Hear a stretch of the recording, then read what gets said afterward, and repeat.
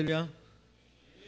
너무너무 반갑습니다. 저번 주에 이 넓은 데서 8명이서 추워갖고 죽는 줄 알았습니다. 저번 주에 날씨도 춥고 또 설날 명절이라 내려갔다 오고, 또 저도 또 명절 집 고향에 갔다가 또 지방에 또 한 3일 동안 내려갔다가 오랜만에 또 안산에 왔어요. 그러니까 더 반가운 것 같아요. 너무나 반갑습니다. 그리고 청년 예배를 굉장히 오랜만에 드리는 것 같아요. 그죠? 수련회 끝나고, 원래는 그 수련회 끝난 다음에 그 따끈따끈한 그 마음으로 탁 와고 막 예배 드리고 팀 모임하고 막 이랬어야 되는데, 그래도 오늘 놀라운 예배로 하나님이 함께 하실 줄로 믿습니다. 자, 우리 오늘 야고보서입니다. 야고보서 3장 우리 1절에서 12절까지 말씀이에요.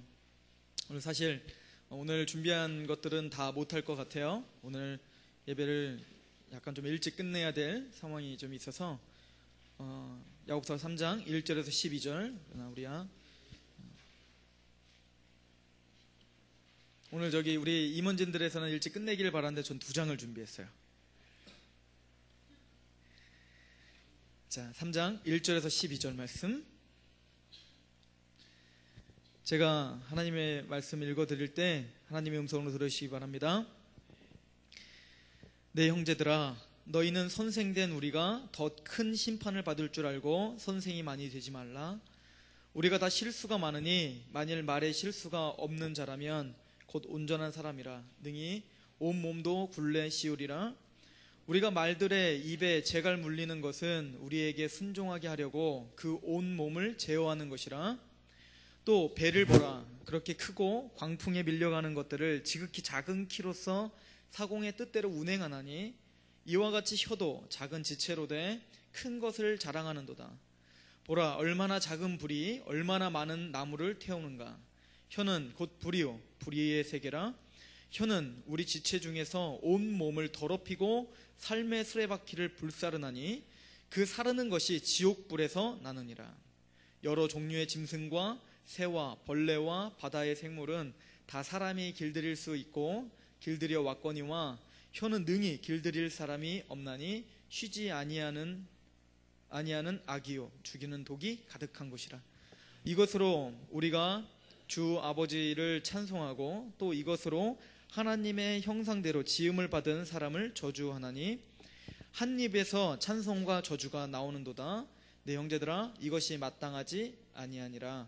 샘이 한 구멍으로 어찌 단물과 쓴물을 내겠느냐. 내 형제들아, 어찌 무화과 나무가 감람 열매를, 포도나무가 무화과를 맺겠느냐. 이와 같이 짠물이 단물을 내지 못하느니라. 아멘. 우리가 야고보서를 묵상하면서 야고보 사도는 구원을 받은 자로서 정말 너희들이 산 믿음을 갖고 있다면, 너희들이 정말 예수 그리스도를 영접한 자라면 마땅히 행함을 따르는 그 믿음을 행함으로 보여줘야 되는 그런 행함의 열매가 반드시 있을 것이다 라고 계속적으로 우리에게 도전을 했습니다. 맞습니까? 특별히 야고보 사도는 우리가 믿음이 있노라 하고, 말로는 믿음이 있노라 하고, 사실은 로마서에서 말하는 믿음을 갖고, 믿음이라는 단어로 말을 한다면 야고보가 지금 말하는 믿음은 믿음도 아니에요. 무슨 말인지 아시죠? 그러나 사람들이 난 믿어요, 난 믿어요, 난 믿어요 하도 그걸 믿음이라고 자꾸 이야기하니까 야고보 사도는 말하는 겁니다. 니들이 진짜 믿음이 있구나. 그래, 니들이 믿음이 있느냐? 그렇다면 너희들은, 그리고는 뭡니까? 그 믿음이 있다는 사람들이 과연 어떻게 너희들이 지금 어떤 열매를 내고 있느냐, 그것들에 대해서 정확하게 하나하나 지적하고 있었던 것을 우리는 볼 수가 있었어요. 첫 번째는 1장 1절에서 18절 말씀을 보면 우리가 처음에 본 것처럼 내 형제들아, 너희가 여러 가지 시험을 당하고도 온전히 기쁘게 여기라. 그러면서 사실은 그 초대교회 사람들 중에 이렇게 불평을 하고 있었던 사람들이 있었을지도 몰라요. 이 당시에는 엄청난 시련 가운데 있지 않았습니까? 12지파가 지금 예수 그리스도를 믿고 있는 유대인들이, 예수님을 믿고 있는 유대인들이 흩어져서 지금 살고 있단 말이에요. 근데 그 사람들이 그곳에서 핍박과 고난 가운데 있으니까, 시련이 있으니까 어떤 마음이 들까요? 만약에 이런 시련과 이런 핍박과 이런 고난만 없었어도, 내가 마음껏 하나님을 찬양하는 그런 상황만 됐어도 내가 지극히 굉장히 빠르게 성장하고 굉장히 하나님 앞에 온전한 사람이 될 수 있을 텐데 이런 여러 가지 환경의 제약 때문에 내가 성장할 수 없구나, 이런 불평하는 사람들도 있었다는 거예요. 그런 엄청난 고난 가운데 있지 않더라도 우리도 그렇죠. 우리도 때로는 우리가 하나님 앞에 더 헌신하지 못하는 거, 우리가 때로는 하나님 앞에 조금 더 성숙하지 못하는 거, 온전한 사람으로 가지 못하는 것을 우리의 환경으로 얼마나 많이 핑계를 대고 있었습니까? 그리고 특별히 야고보서에는 그렇게 이야기를 하고 있었어요. 하나님께서 악을 만드는 자처럼 하나님이 나를 이런 상황 가운데 보내줬기 때문에 내가 성숙지 못했던 거 아닙니까? 그리고 그 책임을 누구에게 돌리는 거예요? 하나님께 돌리는 그 우를 얼마나 많이 우리들에게도 작건 크견 많이 범했습니까? 그러나 야고보 사도는 그렇게 말하는 거예요. 그 믿음이라고 하는 건, 진짜 믿음이라고 하는 것은 어떤 상황과 상관없이 그 상황 가운데서 충분히 하나님의 뜻 가운데 온전해질 수 있다는 거예요. 우리는 때로는 뭡니까? 나와 다른 타인을 자꾸 뭡니까? 상대적으로 이야기하는 거예요. 상대평가를 하는 거예요. 그리고는 어떻게 합니까? 내가 그들과 자꾸 비교의식을 갖고 나는 뭔가 작아지는 거예요. 또 특별히 이 사람들의 특징들은 뭐였었냐면, 우리 2번에 보면 1번 성숙하지 못한 믿음, 2번에 보면 아니네요, C번이네요. 보이는 것으로 사람을 평가하는 사람들이었어요. 그죠? 믿음이 있노라고 세상 사람들과 동일한 거예요. 동일한 시각을 갖고 있는 거예요. 사람을 볼 때 이 사람이 좀 더 부자인가, 뭔가 공부를 잘하는가, 능력이 있는가, 나에게 유익이 되는가, 이런 것에 우리는 마음이 너무나 쉽게 끌리는 거예요. 그리고 그렇게 그 사람을 평가하는 거예요. 그리고는 또 이렇게 말을 할 수 있겠죠. 그 사람에게는 뭡니까? 뭔가 좋아 보이고 뭔가 돈이 많고 뭔가 권력 있는 사람들, 말로는 아니래. 그죠? 말로는 그게 전부가 아니지, 인생은 그게 전부가 아니야. 그런데 실제적인 삶 가운데 나의 원망은 다 뭐예요? 돈이 없어서요. 내 원망은 뭡니까? 지금 지위가 낮아서요. 나의 원망은 뭡니까? 지금의 내가 인간적인 가치관으로 뭔가 행복하지 않은 것 때문에 하나님께 원망하고 있지, 고차원적인 어떤 나의 신앙의 수준, 그런 것으로 하나님께 원망하지 않았다는 거예요. 너희들이 그러면 육체적인 사람과 도대체 뭐가 다르냐라고 야고보 사도는 이야기합니다. 우리의 눈은 보이는 것으로 사람을 평가하기 쉽다. 이것이 성숙하지 못한 믿음이다 라고 이야기합니다. 또 우리 야고보서 1장 27절에 보면 하나님 아버지 앞에서 정결하고 더러움이 없는 경건은, 우리가 경건이라고 말하고 종교성이라고 말하고 우리가 믿음이 있노라고 말을 하지만 그 경건이라고 하는 것을 착각하고 있었어요. 경건은 반드시 두 가지가 균형 감각 있게 잡히는 사람을 온전한 경건과 믿음이 있는 사람이라 말해요. 그거는 뭡니까? 첫 번째, 고아와 가부를 그 환난 중에서 돌보고 또 자기를 지켜 세속에 물들지 않는 것. 즉 뭡니까? 첫 번째는 사회적인 책임을 다하는 거예요. 우리 교회 공동체 아니건 또 바깥에건 실제적으로 믿음이 있노라는 사람이라면 반드시 긍휼이라는 게 있어야 된다는 거예요. 어려운 사람들 보면 그 사람들에서 연민이 있고 그 사람들에서 실제적으로 내가 도움의 손길을 뻗을 수 있는 그런 믿음의 실제적인 실천이 있어야 된다는 얘기예요. 또 하나는 뭡니까? 또 거기에만 치중하는 게 아니에요. 그럼 극단적으로 그렇게만 치중하면 저쪽 감리교 쪽이나 한신 측이나 이렇게 되면 뭡니까? 사회운동, 그런 것만 염두해 가지고 그것이 꼭 모든 것에 신앙이 있냐? 그렇게 하지만 안 돼요. 또 우리 장로교는 어때요? 그런 것을 다 등한시해버리죠. 세상이 어떻게 돌아가건, 세상에 불쌍한 사람이 있건 없건 내 신앙만 중요한 거예요. 그것은 올바른 신앙이 아니라고 말하고 있는 것입니다. 그러나 거기에 또 하나 균형 감각을 잡아야 될 게 뭡니까? 신앙적인 태도를 가지라 이겁니다. 세속에 물들지 않는 것에 대한 확실한 것이 있어야 돼요. 사회적인 책임을 다하는 것입니다. 우리 교회 안에 정말 불쌍한 사람이 있습니까? 정말 긍휼을 베풀어야 될 사람이 있습니까? 실제적으로 그들을 찾아가는 것, 이게 신앙이라고 말하고 있어요. 또 하나는 뭡니까? 세상을 살아가면서 세상 가운데 내가 세속에 물들지 않는 것, 세상의 어떤 가치관, 보여지는 것에 현혹되어서 내가 높은 사람이라면 낮은 사람을 짓밟고 또 높은 사람에 내가 아양을 떨고, 이 모든 것들에 대해서 내가 거부할 수 있는, 세속에 물들지 않는 그런 신앙도 우리에게 필요하다고 말합니다. 그러기 위해서 우리는 큐티를 하고 말씀을 읽고 찬양을 부르고 말씀을 들읍니다. 또 야고보 사도는 우리에게 믿음이 약한 사람들, 믿음이 있노라고 진짜 믿음을 갖고 있지 않은 사람들의 특징을 뭐라고 말하냐면 사람을 두려워하는 사람이라고 말합니다. 사람을 의식한다는 거예요. 하나님을 의식하며 살지 않아요. 2장 12절은 이렇게 이야기했어요. 너희는 자유의 율법대로 심판받을 자처럼 말도 하고 행하기도. 우린 모두 다 하나님 앞에 설 사람이라는 것에 대한 인식이 있느냐, 이걸 말해요. 사도 바울은 에베소서에 하나님에게 기뻐하실 것이 무엇인가 항상 시험하여 보라. 이것이 신앙인들의 태도라고 말해요. 그런데 우리는 누구를 의식하며 삽니까? 보여지는 사람을 의식하며 사는 거예요. 특별히 이때는 부자들, 권력자들, 이 사람들을 의지하고 사는 거예요. 이 사람들을 보면서 뭡니까? 그 사람들을 두려워하며 사는 거예요. 그것은 신앙인노라 하고 신앙이 있는 사람들이 행할 바는 아니다라고 우리에게 단호하게 이야기해주고 있습니다. 우리가 의지할 분은 오직, 우리가 의식할 분은 오직 하나님이시다. 그래서 히브리서 11장에는 사람을 두려워하지 않고 또 지금 당장의 어떤 그 욕심과 지금 당장의 편안함을 거부하고 하나님을 의식함으로 상주심이실 하나님을 의식하고 뭡니까? 왕자의 자리를 포기하고 달려갔던 누구를 소개하고 있습니까? 모세를 소개하고 있잖아요.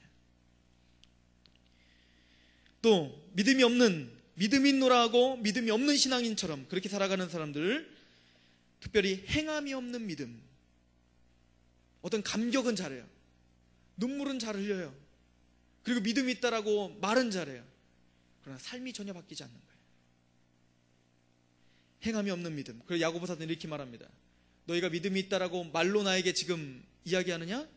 나는 행함으로 너에게 내 믿음을 보이겠다. 우리도 그런 담대함이 있어야 될 줄로 믿습니다. 내가 행함으로 믿음이 있노라. 행함으로 보여줄 수 있는. 세상 사람들은 여러분들의 말을 신뢰하지 않습니다. 여러분들의 행동을 신뢰할 뿐입니다.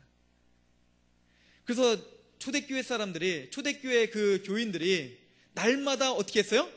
구원받는 자가 더하더라. 어떨 때? 사도행전 2장에 보면 시와 찬미를 하고 온 백성에게 칭송을 들으고, 그리고 뭡니까? 날마다 구원받는 자가 더하더라. 뭐가 있어야 됩니까? 온 백성의 칭송 듣는 거예요. 왜죠? 그들은 믿음의 행함을 실천했기 때문에 그렇습니다. 또한 3장 1절에 그럼에도 불구하고 다 뭐가 되고 싶어요? 선생되고자 하는 거예요. 그죠? 가르치려고 하죠. 내가 그럴듯해 보이는 거예요. 나는 잘한 거예요. 나는 항상 내 타임보다 나는 항상 위에 있어요. 내 들보를 못 보고 남의 티는 잘 보는 사람이 된 거예요. 그리고는 항상 우리는 비판하고 우리는 뭡니까? 항상 뭔가 꼬투리를 잡는데 너무 선수예요. 우리 한번 잘 생각해 보세요. 항상 웃는 거, 어디에 우리는 잘 웃습니까? 저도 그런 걸 잘하는데 막 이야기하다가 뭔가 어떠한 사람의 그 단점을 재밌게 그걸 탁 얘기하면 그것 때문에 막 웃겨 죽잖아요. 그죠? 이게 모든 코미디 프로의 모든 핵심이에요. 그게 세상이에요. 우리는 그렇게 남의 티들은 너무너무 잘 보는 사람들이에요. 그리고 우리가 선생 노릇하려고 합니다. 그러나 성경에서 우리에게 말하는 거죠. 많이 선생되지 말라는 거예요. 우리가 심판한 대로 심판을 받겠다는 거예요. 이해하십니까?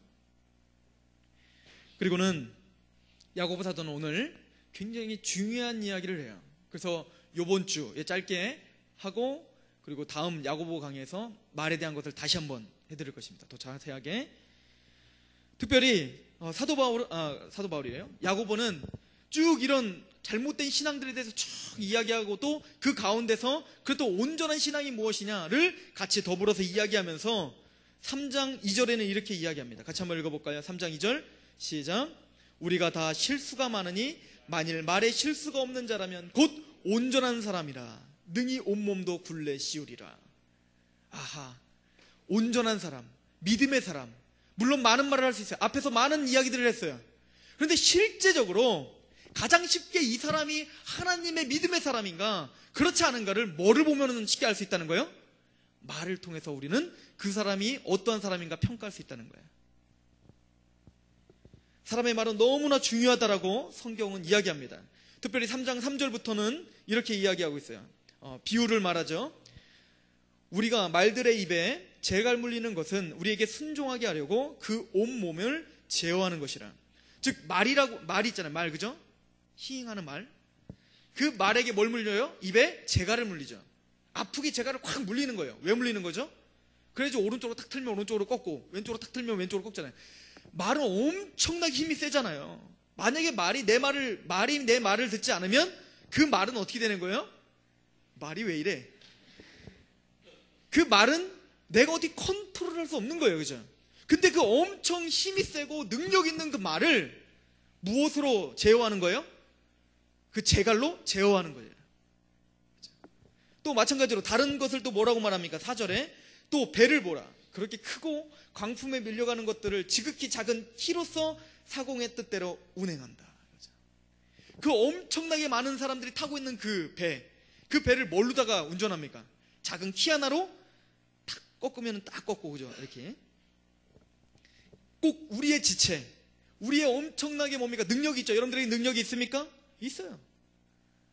여러분들에게 믿음의 사람으로서 하나님이 여러분들에게 엄청난 기대를 걸고 있다는 걸 믿으십니까? 또한 사람들에게는 참 여러 가지 능력들이 많은 것 같아요.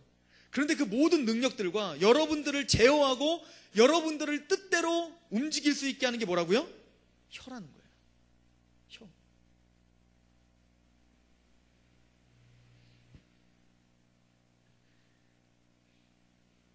저는 너무나 잘 알아요, 이걸. 혀는 첫 번째로 우리 인생의 방향을 결정해주는 키와 같은 역할을 하는 거예요. 정말로. 그죠? 예를 들어서 제가 아직도 기억이 나요. 저는 초등학교 2학년 때부터 고등학교 3학년 때까지 춤을 췄어요. 그래서 무슨 하여튼 저는 막 그래요. 왜 이렇게 무대가 이렇게 있고 어디 뭐 에버랜드를 놀러 갔어. 그러면 에버랜드나 롯데월드 같은 놀러 가면 가끔 가다 이렇게 뭐 경연대에 막 올라오세요 막 그러잖아요. 그러면 그런 무대가 열리면 이미 제 가슴은 뛰고 있어요. 그리고 언제 올라가지? 이거에 대해서 막 혼자도 못 올라가니까 막 친구들이 나를 좀 밀어줬으면 좋겠는 거야. 내가 올라갔으면 너 잘 추잖아. 이 말을 듣고 내가 올라가야 되거든요. 난 가면 상품을 탈 자신 있거든. 막 이런. 그러니까 저는 막 춤하면 막 가슴이 막 두근거리는 거예요. 막 이렇게 살았단 말이에요.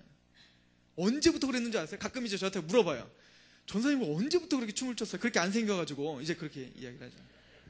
그때는 그렇게 생겼었어요. 이렇게 춤추게 이렇게 얄쌍하고 뭐 이렇게. 초등학교 2학년 때 일이에요. 저는 춤이라는 것을 한 번도 춰본 적이 없었겠죠. 뭐 초등학교 2학년 애가 뭘 췄겠어요. 근데 이제 그때는 소풍을 가잖아요. 이렇게 소풍을 가면 이제 막 반끼리 안 놀고 전체가 다 놀잖아요. 어리니까 애들이. 그래서 어리면 이제 선생님이 나와가지고 이제 막 사회를 보면서 자, 반에서 춤 잘 추는 사람 나오세요. 그렇게 한 거예요. 아무 생각도 없이 가만히 있는데 제 친구가, 제일 친한 친구가 선생님 종성이 춤 잘 춰요 이런 거예요. 춤 추는 것도 못 봤으면서. 그때 그 말이 제 마음에 콱 꽂힌 거예요. 아, 난 춤을 잘 추는구나 이렇게. 그때부터 앞으로 나가서 췄는데 잘 추는 거예요. 그래서 그때부터 뭡니까? 내 인생은 춤추는 사람이구나. 그래서 사실은 초등학교 제 동창들은 모두가 제가 백댄서가 될 줄 알았어요. 네. 인생의 방향을 결정하는 거예요. 그런데 그럼 저는 백댄서가 돼야 되잖아요. 그런데 그 말보다 더 강하게 내 인생을 붙잡고 있었던 게 있었어요. 뭐냐면 저희 어머니가 저한테 그랬거든요. 넌 성기도하고 태어났다. 넌 앞으로 목사 돼야 됐다. 너 알지? 내가 그런데 이제 고등학교 2학년 때 고등학교가 딱 되니까 어때요? 막 목사님 되면 우선 돈 못 번다. 이거에 대한 어떤 딱 그게 있잖아요. 못 산다. 목사님 되면 죽도록 고생한다. 막 이런 개념들이 이제 막 잡혀 있었잖아요. 그러다 보니까 근데 저희 엄마 아빠가 맨날 싸우는 거예요. 나보고는 목사 되라고 하놓고는 우리 어머니는 또 저한테 그러는 거예요. 그래, 사람은 돈이 있어야 돼. 돈을 좀 벌어라. 너도 돈 없으면 무시당한다. 이 얘기를 듣는 거예요. 그러니까 제 마음이 어때요? 한편으로는 목사 되라며. 근데 한편으로는 또 뭐야? 돈 벌어야지. 그래서 제가 고등학교 2학년 때 딱 한 번 1년 동안 목사의 꿈을 저버린 적이 있었어요. 그래서 저는 그때는 이제 건축공학과를 가면 무조건 돈을 잘 버는 줄 알고 이과를 선택하고 건축공학과를 이제 가기로 결정을 하고 우리 어머니한테 또 이야기했죠. 나는 목사 안 할랍니다. 그랬더니 이제 그때 저희 큰 누나가 사실은 이제 그 선교단체에서 간사를 하면서 자기는 선교사가 되겠다라고 이제 이야기를 했는데 저희 어머니가 그것 때문에 항상 속을 썩었어요. 그렇게 힘들어서 키워놨더니만 저희 어머니가 이 영상을 안 보겠죠? 그렇게 키워놨더니만 선교사 하면 지금 돈도 못 벌고 막 그럴 거 아닙니까? 그때 맨날 시집도 안 가고 저러고 있다고. 그러더니 이제 제가 건축공학을 간다 그랬더니 저희 어머니가 그래 그렇게 해라. 어차피 나는 한 명 서운했으니까 너 대신 너네 언니, 너네 누나가 하겠지 뭐. 이렇게 됐었던 거야. 근데 또 한편으로는 저희 어머니도 이제 자기가 서운했으니까 또 마음에 뭔가 이렇게 있었겠죠. 그러더니 저한테 계속 그래요. 가끔 이제 다시 정신이 돌아오셔서 저한테 너 저쪽 그 장로님 알지? 예. 그 장로님 큰아들 알지? 그 아들이 서울대학교 나온 거 알아? 알죠. 큰아들이 근데 목사 서운했었는데 안 한다고 뭐 했다가 다 실패하고 지금 병원에 입원했다. 너 진천에 오란내 집 알지? 그 분식집이 있었는데 그 오란내 집 우리 집이랑 친한 거 알죠? 그 아저씨 저기 고려대학교 수의학과 나온 거 알지? 알아요. 근데 지금 택시 운전하다가 뭐 그만두고 알고 봤더니 엄마가 서운했다더라. 그거 어떻게 해야죠? 이제 그렇게 협박을 했었는데 어린 나이에 저한테는 계속 그게 각인이 됐던 거예요. 너는 목사가 될 사람이야. 너는 목사가 될 사람이야. 그러니까 저는 그냥 목사가 될 사람이에요. 그리고는 제 인생은 뭡니까? 아무리 제가 춤을 막 춰도 백댄서는 아니야. 그죠? 어린 나이에 또 특별히 우리에게 한마디를 할 때 그 한마디가 사실 그 인생을 결정해주는 역할을 할 때가 너무너무 많아요. 여러분도 한번 뒤를 돌아보세요. 가끔 가다가 어떤 선생님이든 어떤 선배든 누구가 나에게 한마디를 해줘서 나에게 큰 도전이 됐던 일이 한 번도 없습니까? 아니요. 우리 인생 가운데 무수기하게 많이 있어요. 제 꿈이 있다면 제 고향에 가서 나중에 제가 정말로 힘있게 하나님의 사역을 해서 제 고향에 가서 제 모교 그 후배들을 좀 만나는 게 제 꿈이에요. 진천은 이렇게 30분만 딱 다니면 한 바퀴 다 돌 수 있거든요. 다 거기서 그러니까 동네가 다 알아. 내가 연애하고 뭐 슬퍼하면 그 뭐 자전거집 아들내미가 연애하다가 헤어져갖고 걔가 지금 힘들다더라 뭐 이게 소문이 쫙 퍼지는 데라는 말이에요. 진천이. 그러니까 그 꿈이 있겠어요? 뭐가 있겠어요? 그러니까 그 어떤 누구도 저한테 청소년 그 시기에 그 중요한 시기에 춤 그만 추고 정말 공부 좀 하거라. 아니면 때로는 네가 이 춤을 춰서 앞으로 이렇게 해서 이렇게도 될 수 있단다. 이런 어떤 큰 비전과 이렇게 큰 어떤 그림들을 그려준 사람이 한 명도 없더라는 거예요. 물론 뭐 그 비전을 그려줬다고 내가 지금 엄청난 사람이 됐다 이거에 대한 모르겠지만 적어도 내 마음에 불타는 뭔가는 있었을 거 아닙니까? 마찬가지로 말이라고 하는 것은 능력이 있어요. 힘이 있으라는 거예요. 그래서 성경 야고보는 말하는 겁니다. 그 인생을 결정해주는 키가 어디에 있다? 사람의 혀에 있다는 거예요. 스스로에게도 나에게도 그렇게 이야기하는 거예요. 그래, 너는 하나님의 사람인 거야. 너는 왕같은 제사장. 그래서 하나님은 말씀으로 우리에게 뭐라고 말합니까? 계속적으로 너는 그리스도의 빛이야. 너는 그리스도의 소금이야. 그리스도의 향기야. 왕같은 제사장이야. 라고 계속적으로 우리에게 도전을 주시는 줄 믿으시기 바랍니다. 그런데 그런 말은 단순히 지금 듣는 것보다 나에게도 지금 영향이 있지만 누구에게도 영향이 있는 거예요. 그러면 내가 하는 말이 타인에게 엄청난 영향력을 끼쳐요. 그런데 지금까지 긍정적인 영향력을 끼칠 수도 있지만 그 사람의 인생을 완전히 송두리째 망가뜨릴 수도 있다는 거예요. 저는 이거에 대해서 너무너무 잘 알아요. 왜냐하면 제 친구가 한 방에 망가졌거든요. 중학교 1학년 때 이제 초등학교 때부터 진짜 친했던 아이예요. 그 친구가 공부는 못해. 공부는 못하는데 그래도 착해. 너무너무 착하고 놀기도 잘하고. 그래서 같이 이제 제가 교회를 데리고 다녔어요. 교회를 데리고 다녔는데 그때 이제 막 이 아이가 제가 교회 다니고 그때 제가 또 이제 중학교 들어가기 전에 영어 공부를 제가 한번 독학 한번 해보겠다고 그래서 이제 그때부터 영어 공부를 그때부터 ABCD를 하는 거. 그러고 보니까 요즘 애들은 되게 빨리 영어를 배워요. 그죠? 아무튼 근데 영어 공부를 그때 막 하고 있는데 그 친구가 옆에서 이제 그걸 보더니 재밌어 보이는 거예요. 그러더니 나도 이제 공부 좀 해볼까? 그래서 얘기했어요. 그래, 너도 공부해. 너도 공부하면 이제 중학교는 새로운 거니까 아마 잘 될 거야. 잘할 수 있을 거야. 그랬더니 얘가 그래? 나도 한번 잘할까? 그래서 그때부터 얘가 신이 난 거예요. 그러더니 같이 영어 공부도 하고 또 교회도 나가고 그러면서 막 이렇게 지냈었는데 언젠가부턴가 얘가 저랑 안 다니고 또 언젠가부터 교회를 안 나오고 그리고 언젠가부턴가 얘가 나쁜 친구들이랑 어울리기 시작하는 거예요. 그리고 왜 그런가 이렇게 봤더니 제가 6개월이 지난 다음에 봤더니 이 아이가 중학교 때 가서 그 레슬링부가 있었어요. 우리 레슬링부에 들어간 거예요. 레슬링부에 들어가니까 이제 막 그 본드하고 막 이제 막 그런 아이들이잖아요. 그런 아이들이 이제 줄을 잡아서 막 주먹 쓰고 이제 그런 아이들 거기를 들어가더니 완전 얘가 망가진 거예요. 공부는 둘째치고 정상적인 아이들처럼 살잖아요. 중학교 1학년 때부터 이제 담배를 배우기 시작하고 그리고 이제 막 본드를 하고, 그러더니 중학교 더 지나서는 소년회도 갔다 오고 이렇게 돼버린 거야. 그 착한 아이가. 사람은 친구를 잘 만나야 돼. 저랑 같이 있었으면. 근데 그 아이랑 이제 만나게 됐어요. 내가 물어봤어요. 너 왜 이렇게 됐냐? 안타까 반창회를 해서 물어봤어요. 너 왜 이렇게 됐냐? 그랬더니 중학교로 올라가는 그 무렵에 저랑 그렇게 막 잘 지내고 있을 때인데 제 친구 한 명이 있어요. 지금도 저랑 친구예요. 그 친구가 그 아이에게 뭐라고 얘기했냐면, 야, 네가 무슨 공부야. 걔가 이제 저한테 빌려간 책을 들고 다니니까, 네가 무슨 공부야. 너는 원래 공부 못하는 애 아니야. 너는 운동이나 해. 엄마 저기 중학교 가면 거기 운동 레슬링부 있다더라. 거기 나가. 너는 야, 무슨 공부야. 너는 안 돼. 근데 얘가 난 안 되는구나. 이렇게 돼버렸어요. 그리고 진짜 레슬링부에 들어간 거야. 그리고 지금까지도 그 아이는 그런 삶을 살아요. 누가 그 아이의 인생을 보상할 것입니까? 근데 놀라운 거는 그 한마디 한 친구는 그걸 기억이 날까요? 기억 못해요. 저도 그 아이에게 그걸 차마 말 못하겠더라고요. 이 아이의 또 하나의 또 상처가 될까봐. 무슨 얘기인지 아시겠습니까?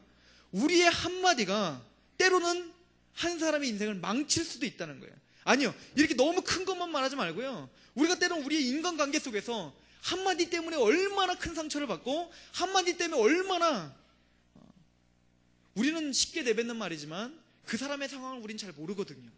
그죠? 그 사람이 지금 어떤 가정 속에서 자랐는지, 그 사람이 어떤 상처가 있는지, 나에게는 상처가 되지 않지만 그 사람에게는 치명적인 게 있을 수 있다는 거예요. 우리는 그래서 오늘 야고보 사도는 그렇게 이야기하고 있습니다. 6절을 보세요. 혀는 곧 불이요 불의의 세계라. 혀는 우리 지체 중에서 온몸을 더럽히고 삶의 수레바퀴를 불사른다. 그 인생의 수레바퀴, 그 잘 굴러가던 그 수레바퀴를 한순간에 다 불사질러 버린다는 거예요. 뭐가? 우리의 말 한마디가. 그래서 히브리 사람들, 유대인들은 말을 굉장히 중요하게 여겼어요. 여러분, 예를 들어서 이삭이 에서와 야곱이 그 장자 축복권을 받으러 왔을 때 이삭에게 누가 먼저 왔어요? 야곱이 먼저 왔잖아요. 그리고는 야곱이 속였잖아요. 그러더니 속아서 축복을 해줬단 말이에요. 근데 뒤에 누가 왔어요? 에서가 왔죠. 에서가 와가지고 내가 진짜 에서입니다. 그럼 어떻게 하면 돼요? 까짓 거 뭐 말하는 것이 어려워요? 아까 취소. 다시 얘기하면 되잖아요. 그런데 이삭은 뭐 했어요? 저주했죠. 왜죠? 유대인들에게는 한마디의 말이 그대로 실행된다고 굳건하게 믿고 있었어요. 왜죠? 유대인들에게는 신앙이 있었어요. 하나님이 무엇으로 창조했어요? 하나님의 말 한마디로 천지가 창조된단 말이에요. 그러므로 내 입을 통해서 선포되는 그 말이 반드시 그 인생을 바꿀 거라는 확신 가운데 선포했단 말이에요. 이해 가십니까? 그러므로 우리가 한마디 한마디 하는 것을 얼마나 신중하게 해야 되는지 성경은 너무너무 많은 말을, 너무너무 많은 예화를 통해서 우리에게 이야기해주고 있습니다. 특별히 또 우리가 어떤 말을 하는 걸 보면, 사람들이 말을 하는 걸 보면 그 사람의 신앙과 그 사람의 믿음, 특별히 이 사람이 어떠한 사람인가를 너무너무 잘 볼 수가 있죠. 왜냐면은 사람들 한번 얘기를 잘 들어보세요. 그 사람의 모든 관심사와 지금 그 사람이 묵상하는 게 뭔지 여실히 볼 수 있어요. 같이 안 살아도 괜찮아요. 한 몇 시간만 같이 그냥 어떤 이렇게 방어를 치지 않고 편안하게 그냥 막 하고 싶은 얘기를 막 해보게 해보세요. 그럼 그 사람이 지금 어떤 거에 지금 사로잡혀 있는지 알 수가 있죠. 제 친구 중 한 명은 부자예요. 굉장히 부자예요. 근데 그 아이는 그러니까 지 돈으로다가 이제 차 한 대를 좋은 걸 하나 몰래 샀는데 그걸 걸렸어. 뭐 이모한테 걸렸대요. 그러니까 그거를 또 900만 원을 손해보고 다시 팔아. 그리고 요번에 또 계약했대. 몰래. 요번에 외제차로 계약을 했대. 제 친구도 그런 친구가 있어요. 근데 그 친구를 만나면 모든 관심사가 차야, 차. 막 차를 끌고 이제 옆으로 가다가 모르겠어. 하여튼 저 뒤에서 뭔다! 그럼 딱 그 차예요. 그 외제차 소리가 다른가 봐요. 차마다. 하여튼 모든 간신사가 걔는 모든 묵상, 아침에서 일어나면 잘 때까지 차만 묵상하는 거야. 인터넷을 통해서. 또 때로는 걔는 이제 서울에 와서 서울에 그 외제차 파는 큰 데는 다 돌아다니는 거야. 그래서 다 시승해보고. 그러니까 이제는 눈 딱 감아도 뭐가 딱 지나면 뭔 차. 그러다가 이 아이가 저랑 잘 알았던 그 자매랑 사귀게 됐어요. 사귀니까 맨날 뭔 얘기만 해요. 그러니까 그 아이도 그게 전도가 됐어. 그러니까 그 아이도 신앙이 그렇게 좋은 아이였는데 어느 순간부터 차 얘기만 해. 그 아이도 영향을 받는 거야. 전도 당하는 거야. 이렇게. 여러분들은 어떤 말을 가장 많이 하십니까? 만나면 무슨 얘기를 합니까? 그래서 사람을 평가할 때 그 사람이 어떤 말을 하는지. 제가 또 명절이라 믿지 않는 친구들을 만나러 가지 않습니까? 그러면 저는 명절날 그 친구들을 만나면 반드시 술집을 가야 만나요. 술집을 꼭 가요. 가서 이렇게 만나서 이야기하면 그렇게 복잡하지 않아요. 인생이 딱 두 가지 얘기만 합니다. 돈 얘기, 여자 얘기. 딱 두 개예요. 딱 두 개. 게다가 이것도 그냥 가만히 멀쩡멀쩡 깨 있으면 둘 다 이렇게 모여 있으면 다들 막 거기서 이렇게 말도 못해. 이러고 있다가 이제 술 마시면 이제 그때부터 막 여자 얘기, 돈 얘기, 온통 관심사가 돈, 여자야. 이거밖에 없어. 여러분들은 어떤 거에 관심이 있고 지금 어떤 말을 가장 많이 하고 있습니까? 그래서 우리가 말을 많이 하는 그것들을 한번 적어보세요. 가장 많이 하는 것, 그것이 내 관심사예요. 정확하게.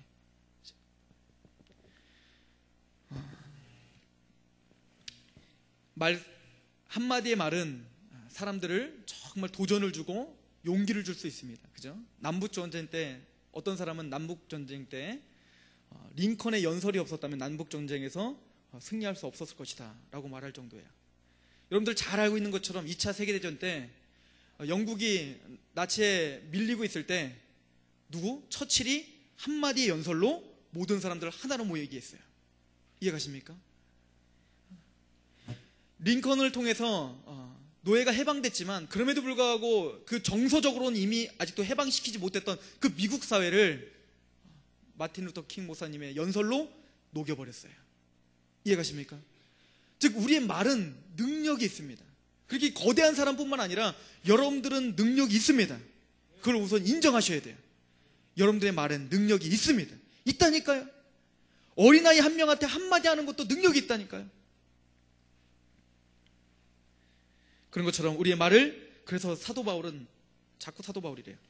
야고보는 그래서 말에 대해서 너무너무 자세하게 이야기해요. 우리 2페이지 보세요.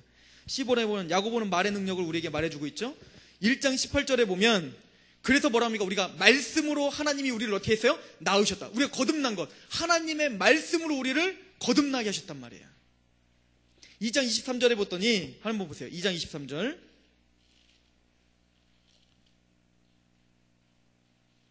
이에 성경에 이른바 아브라함이 하나님을 믿으니 이것을 의로 여기셨다는 말씀이 이루어졌다. 이게 무슨 얘기죠? 아브라함에게 하나님이 뭐라고 약속하셨어요? 내가 너를 의롭다 칭해 주셨죠. 의롭다 해주셨단 말이에요. 언제? 창세기 15장에. 그런데 아브라함이 그때 수준이, 자격이, 의로운 자격이 있었어요. 수준은 절대 그러지 못했단 말이에요. 그런데 오늘 야고보 사도는 뭐라고 말합니까? 야고보가 이삭을 바치는 그 순간 수준 또한 어떻게 됐어요?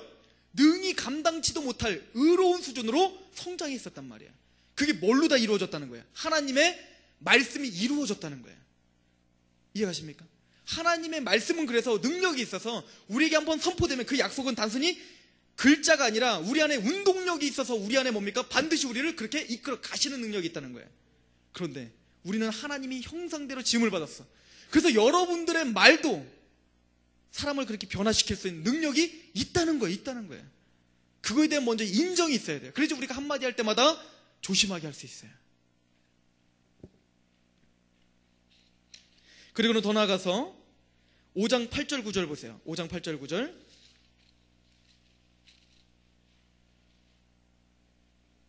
너희도 길이 참고 마음을 굳건하게 하라. 주의 강림이 가까우니라. 형제들아 서로 원망하지 말라. 그리하여 심판을 면하리라.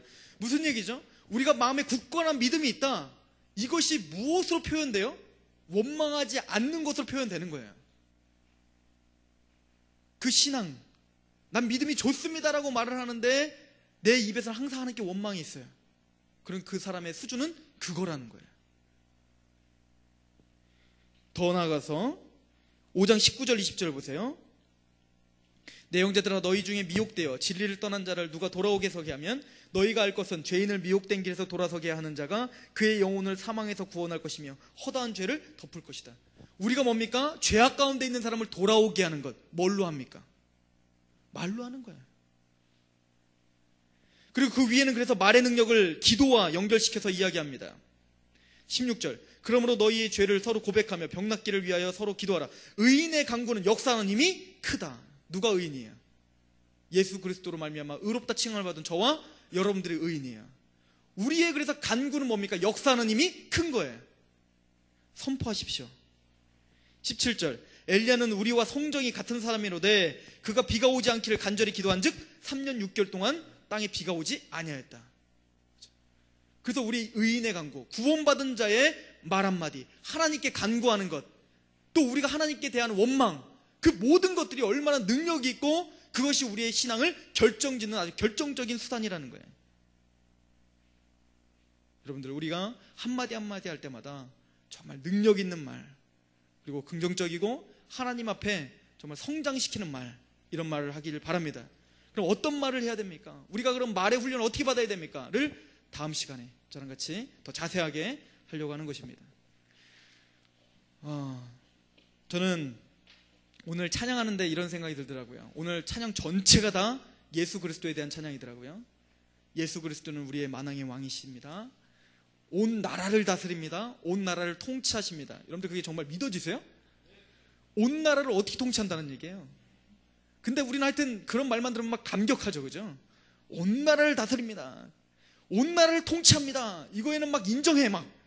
맞죠. 100% 인정. 믿어. 온 나라를 막 그렇게 막 큼지막한 거는 막 감격인데 정작 내 혀는 통치 못하게 해버려. 꼭 뭐와 같은 줄 아세요? 제가 보면서 요즘에 제 관심사가 뭐냐면, 그래서 저랑 만나면 맨날 무슨 얘기를 듣게 되냐면, 이제 우리 한국교회 초대교회 때는 어땠고, 뭐 민비가 어떻게 살해됐으며, 뭐 아간 파천이 어떻게 됐고, 막 요즘에 모든 책, 뭐 중고 서점에 가면 다 그런 책만 다 사는 거예요. 막 너무너무 재밌는 거예요. 막 읽어보면. 그래서 한국교회의 어떤 역사를 다시 되짚어보려고 공부하다 보니까 이제 고종에 대해서 좀 관심을 갖게 됐고, 뭐 명성황후에 대해서 관심이 갖고, 그러니까 맨날 읽는 책이 다 이제 그런 책이에요. 그런데 그거를 보면서 느낀 점이 하나 있어요. 고종이 참 불쌍하잖아요. 너무너무 한 나라의 왕이에요. 그래서 이 사람이 이제 그 러시아에 이제 잠깐 피신했잖아요. 일본이 너무 두려워가지고 잠깐 그 러시아 관사에 이제 피신했다가 거기서 이제 모든 걸 다시 나라의 이름을 바꾸고 막 이렇게 해서 다시 딱 등장하잖아요. 그래서 그때 딱 바꾼 게 대한제국 이렇게 바꾼 거예요. 이름을 막 그럴듯하게 해서 조선 이거보다 뭡니까 이제 좀 힘있고 그렇게 좀 되기를 바래서 대한제국, 그리고 이름도 이제 왕이 아니라 뭐예요? 황제란 칭호를 받았죠. 고종 황제 이렇게 딱 칭호를 받고, 그때 일본도 고종 황제 이렇게 했어요. 대한제국 고종 황제. 그래서 거기 미우라나 뭐 이런 그 일본 공사들이 그 대한제국에 와서 고종 황제를 아련하고 할 때 모든 예의는 다 갖추죠. 다 절할 거 다 하고, 그리고 황제요 뭐 하여튼 뭐 황제 뭐 우리 대한제국에 우리가 뭐 도움을 주겠고, 그러면서 막 하여튼 막 그 일본 그 관사들이 막 와갖고 막 손에 딱 짚고 와갖고 고종 있냐 이렇게 안 했을 거 아니에요. 정말 예의를 다 갖췄단 말이에요. 고종 황제 계십니까? 뭐 이렇게 해갖고 했을 거 아닙니까? 그런데 뒤에서는 뭐 하고 있어요? 고종 황제의 그 권위를 인정했어요, 안 했어요? 말로는 고종 황제를 외쳤는데 그 권위는 완전 땅바닥에 자기 마음대로 했죠. 이게 꼭 우리를 하나님을 대하는 태도 아닙니까? 이게 예수님을 우리가 대하는 태도 아닌가, 이 생각이 들더라고요. 이게 내 지금 태도 아닌가, 내 신앙의 지금 수준이 아닌가. 그걸 볼 때마다 치가 떨려요. 일본 놈들이 싫어 죽겠어. 근데 우리가 그 짓 하고 있는 건 아닌가. 예수님을 왕이라고 말을 하고 있는데 실제적인 구체적인 삶 가운데서는 나는 그를 무시하고 있는 거예요. 말에 실수가 없는 사람은 온전한 사람이다. 이 말씀을 하신 하나님의 음성을 받으시고 말 가운데 한마디 한마디가 신중하게 하는, 그래서 사람을 살리는, 나중에 배우겠지만 덕을 세우는데 우리의 입술을 쓰는 저와 여러분 됐으면 좋겠습니다. 기도하겠습니다. 이렇게 기도했으면 좋겠습니다. 하나님, 먼저 우리를 의롭다 칭해 주셔서 우리에게 입술의 권세를 허락해 주신 것 감사합니다 라고 기도했으면 좋겠고요. 두 번째는 시편에 다윗이 고백한 바 하나님이여 내 입술에 파수꾼을 세워주세요 라고 기도하십니다. 다윗도 그렇게 기도합니다. 하물며 우리를 얼마나 많이 기도해야 될까요?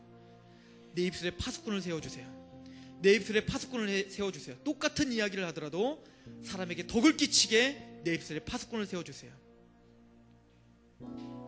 우리의 한마디로 말미암아 사람이 죽는 일이 없도록 우리의 입에 파수꾼을 세워 주시옵소서. 하나님께 간절히 기도하며 나가겠습니다. 기도하시겠습니다.